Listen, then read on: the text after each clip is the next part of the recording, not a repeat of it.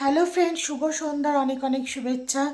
তো এখন সন্ধ্যা হয়ে গেছে আর আজকে ডোডোকে ম্যাম পড়াবে না, ম্যাম একটু হসপিটালে যাবে। তো যার কারণে আজকের পড়াটা বলেছে থার্সডে পড়াবো।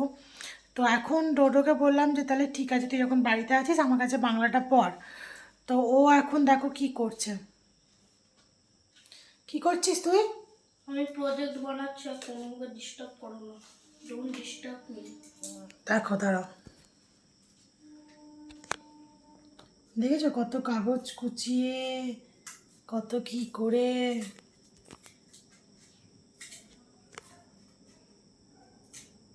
তো বাংলাটা পড়বি না? হ্যাঁ, দাঁড়া একটু পরে। কখন করবি তুই বাংলা? একটু পরে।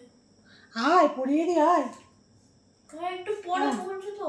এটা করে নে। তাহলে বলো ফ্রেন্ডস, আর কদিন পর পরীক্ষা, ইউনিট টেস্ট শুরু হবে, সেকেন্ড ইউনিট টেস্ট।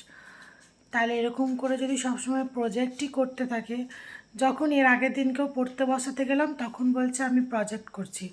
স্কুল থেকে প্রজেক্টগুলো দিচ্ছে, ঠিক আছে প্রজেক্টগুলো করতে হবে, স্কুলে সাবমিট করতে হবে, কিন্তু আমি বলছি একটুখানি পড়ে নিয়ে তারপরে যখন প্রজেক্ট করবি কর, আমার কোনো অসুবিধা নেই, কারণ ওর প্রজেক্টগুলো ও নিজেই করে, আমি একটু জাস্ট বলে দিই বা দেখিয়ে দিই। তোকে আমি সেটাই বলছি যে তুই এখন একটু পড়ে নে, একটুখানি জাস্ট একটুখানি বাংলাটা পড়ে নিবি না ডোডো? না, হ্যাঁ দেখ, ঠিক করছি। পরে কিন্তু বলবি না যে মা তুমি আমাকে বাংলাটা নিয়ে বসলে না। দাঁড়াও না, একটুখানি করে নি মা। শোনো মা। শুনতে পাচ্ছ ওর কথা? তো চলো গাইস, টাটা। ও প্রজেক্টটা শেষ করুক, তারপর ওকে আমি আজকে পড়াবো।